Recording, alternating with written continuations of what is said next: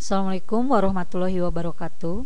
Pada pertemuan kali ini kita akan membahas tentang hormon dan indera. Yang dimaksud dengan hormon adalah senyawa organik yang dihasilkan oleh kelenjar endokrin atau disebut kelenjar buntu. Hasil sekretnya diangkut oleh darah dan berfungsi untuk homeostasis atau regulasi atau untuk mengatur keseimbangan proses-proses yang terjadi di dalam tubuh. Berikutnya adalah beberapa kelenjar hormon yang ditemukan pada manusia. Pertama adalah hipofisis atau pituitari, yang kedua anak gondok atau paratiroid, yang ketiga anak ginjal atau suprarenalis, yang keempat ovarium ditemukan pada wanita, yang kelima gondok atau tiroid, yang keenam pankreas, dan yang ketujuh testis ditemukan pada pria. Berikut adalah beberapa kelenjar hormon dan fungsinya. Yang pertama hipofisis atau pituitari. Hipofisis atau pituitari dibedakan menjadi dua bagian. Yang pertama adalah bagian depan atau disebut anterior. Pada bagian depan atau anterior menghasilkan beberapa hormon.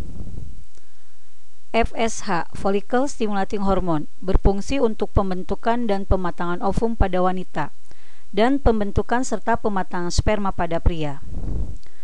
Berikutnya adalah LH, Luteinizing Hormone, berfungsi untuk ovulasi pada wanita dan merangsang pembentukan testosteron pada pria. Somatotrop atau growth hormone, menstimulasi pertumbuhan tubuh. Jika kekurangan menyebabkan dwarfisme, sedangkan jika kelebihan menyebabkan gigantisme, yaitu pertumbuhan raksasa.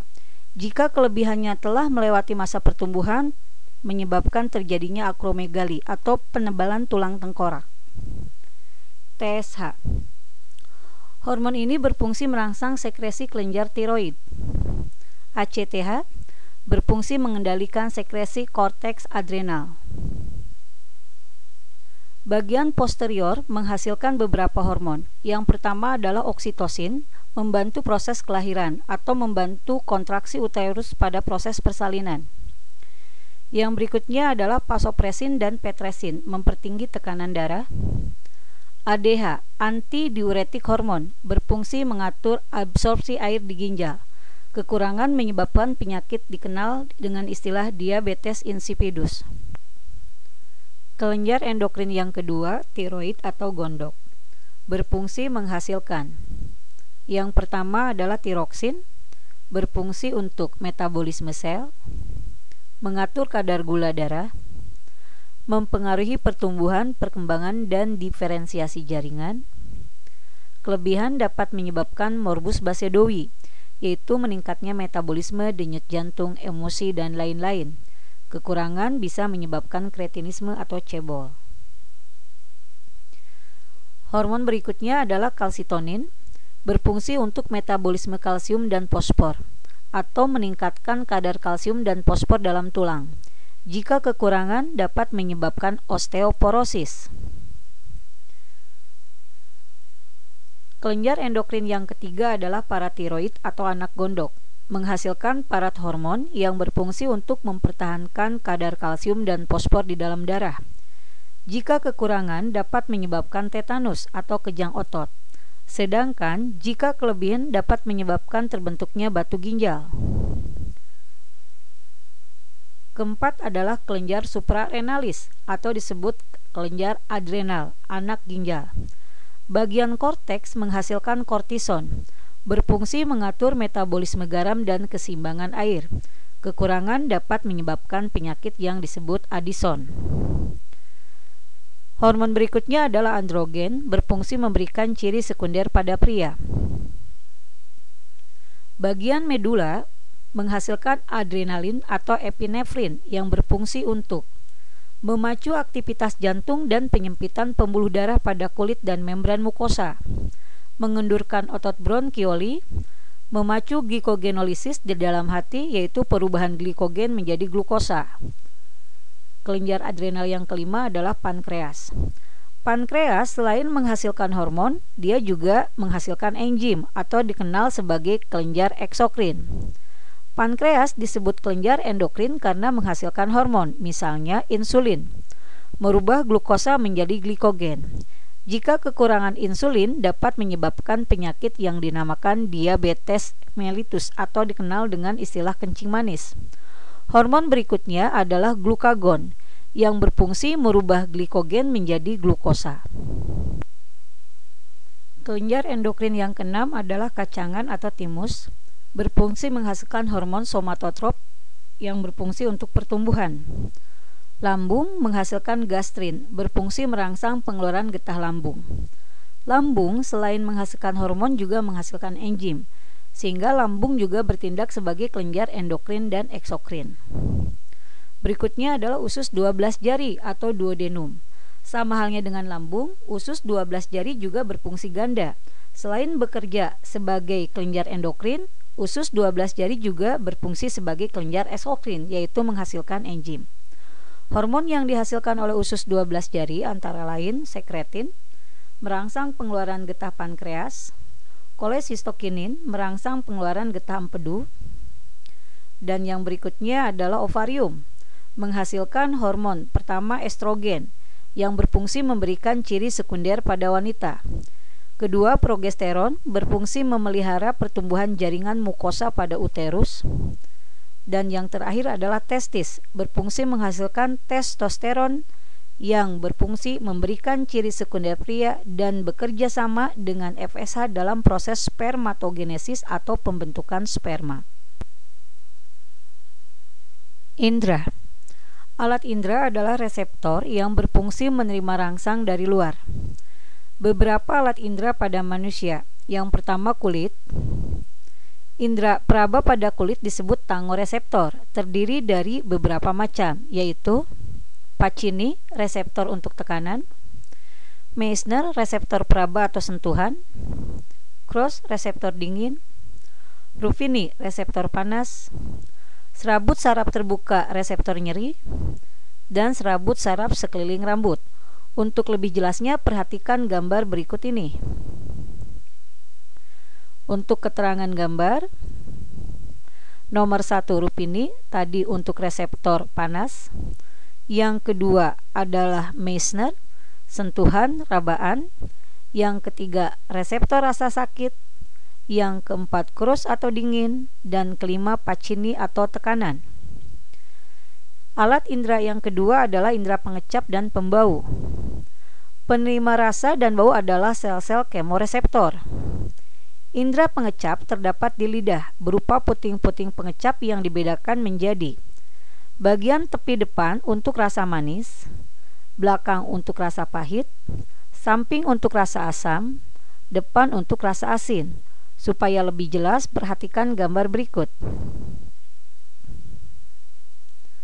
Keterangan gambar untuk nomor 1 adalah reseptor rasa pahit.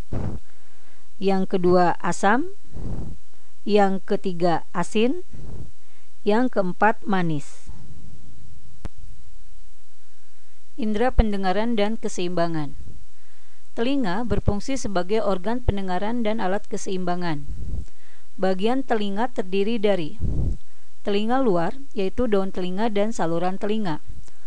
Pada saluran telinga terdapat rambut-rambut halus dan kelenjar minyak atau kelenjar sebasea yang berfungsi untuk memerangkap partikel yang masuk, sehingga nantinya dapat menghasilkan kotoran telinga yang dinamakan serumen.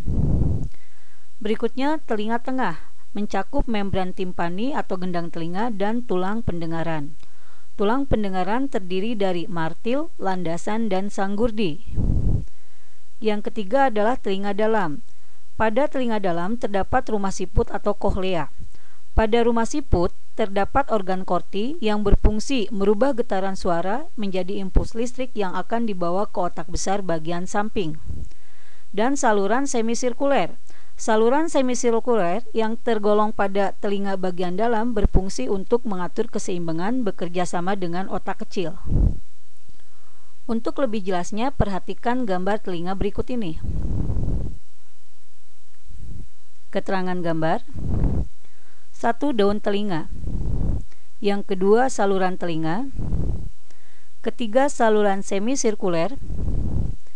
Yang keempat, saraf pendengaran. Kelima, koklea atau rumah siput. Keenam, saluran eustachius. Ketujuh, membran timpani atau gendang telinga. Kedelapan, tulang martil atau males. Kesembilan, tulang landasan atau incus. Dan kesepuluh, tulang sanggurdi atau stapes. Proses mendengar.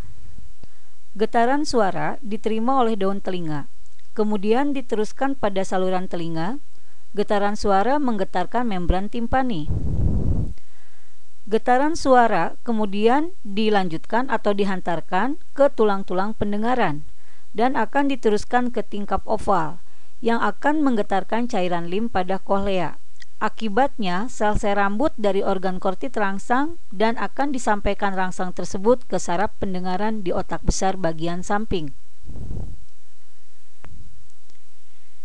Indra penglihatan. Sel-sel reseptor penglihatan disebut fotoreseptor, terdapat di retina atau disebut retina itu dengan istilah selaput jala. Fotoreseptor ada dua macam, yaitu sel kerucut, konus atau kon, mengandung iodopsin, berperanan pada penglihatan cahaya cukup atau di tempat terang. Yang kedua adalah sel batang, bacillus atau rod, mengandung rhodopsin, berperanan pada penglihatan cahaya kurang atau di tempat gelap. Untuk lebih jelasnya, perhatikan gambar mata berikut ini. Keterangan gambar. 1. Pupil. Yang kedua, kornea. Ketiga, iris. Keempat, otot pengatur lensa. Kelima, konjungtiva. Keenam, sklera. Ketujuh, koroid. Kedelapan, retina. 9, fovea atau bintik kuning. 10, bintik buta. 11, saraf optik atau salap penglihatan. Yang ke-12 adalah vitreous humor. Keterangan bagian-bagian dari mata. Konjungtiva merupakan selaput mukosa yang kaya akan pembuluh darah, berfungsi untuk memberi nutrisi kepada bola mata. Kornea sebagai pembias cahaya pertama sekaligus barier pertama bagi mata. Iris atau selaput pelangi berfungsi memberi warna pada mata dan bertindak sebagai diafragma, yaitu mengatur banyak sedikitnya cahaya yang masuk. Pupil, lubang di tengah iris sebagai pintu masuk cahaya, lebar pupil diatur oleh iris. Lensa, fungsinya untuk membiaskan cahaya. Vitreous humor berisi cairan yang memberi bentuk bola mata sekaligus sedikit membiaskan cahaya. Retina, jalinan saraf mata yang menerima sensasi cahaya dan mengubahnya menjadi sensasi saraf untuk diteruskan ke otak, tepatnya otak besar bagian samping. Sklera merupakan kerangka dari mata atau dikenal dengan istilah putih mata.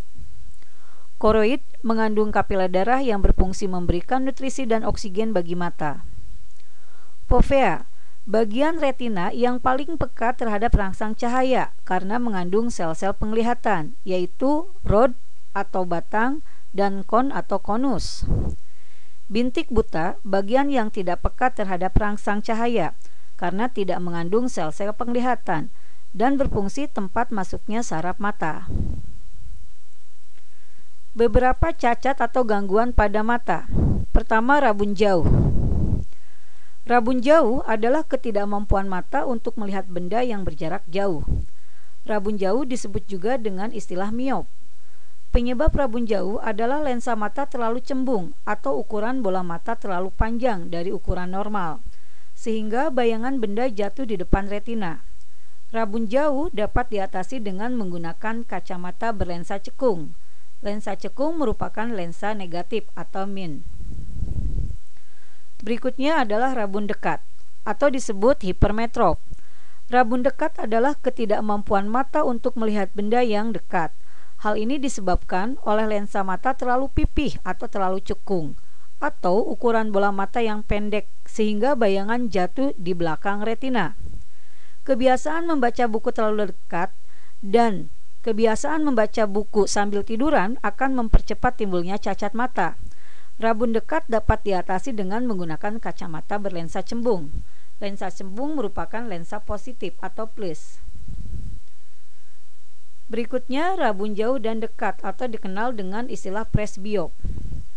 Rabun jauh dan dekat disebut juga presbiop atau rabun tua. Mengapa presbiop dikatakan sebagai rabun tua? Karena kelainan mata ini biasanya diderita oleh orang yang sudah tua atau kira-kira berumur di atas 45 tahun.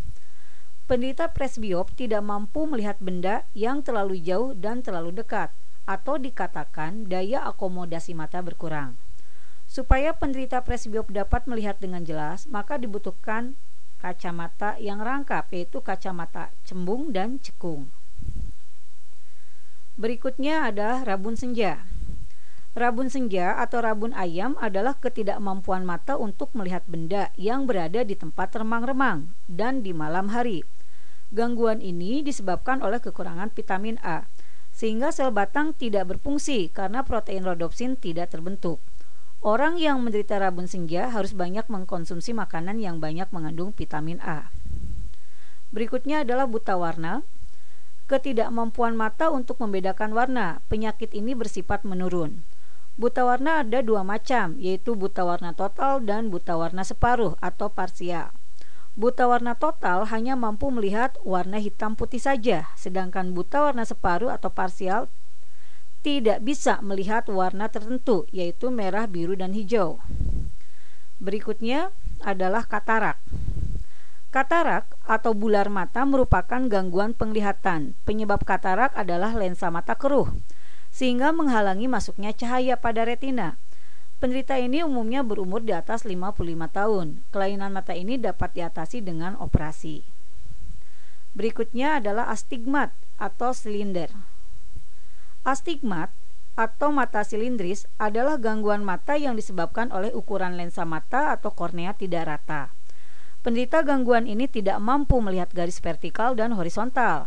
Gangguan mata ini dapat diatasi dengan menggunakan kacamata berlensa silinder.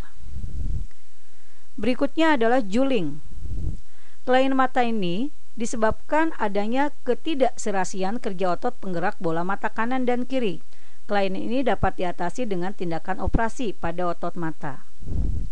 Glaukoma. Kelainan ini ditandai dengan peningkatan tekanan di dalam bola mata. Tekanan terjadi karena adanya sumbatan pada saluran di dalam bola mata, dan kelainan yang tidak dapat segera diatasi dapat menyebabkan kebutaan. Kelainan ini dapat diatasi dengan obat-obatan yang harus diminum seumur hidup atau dengan tindakan pembedahan. Demikianlah materi tentang hormon dan indera. Ibu berharap materi ini bisa membantu kalian dalam memahami konsep tentang hormon dan indera. Akhir kata, Ibu ucapkan wassalamualaikum warahmatullahi wabarakatuh.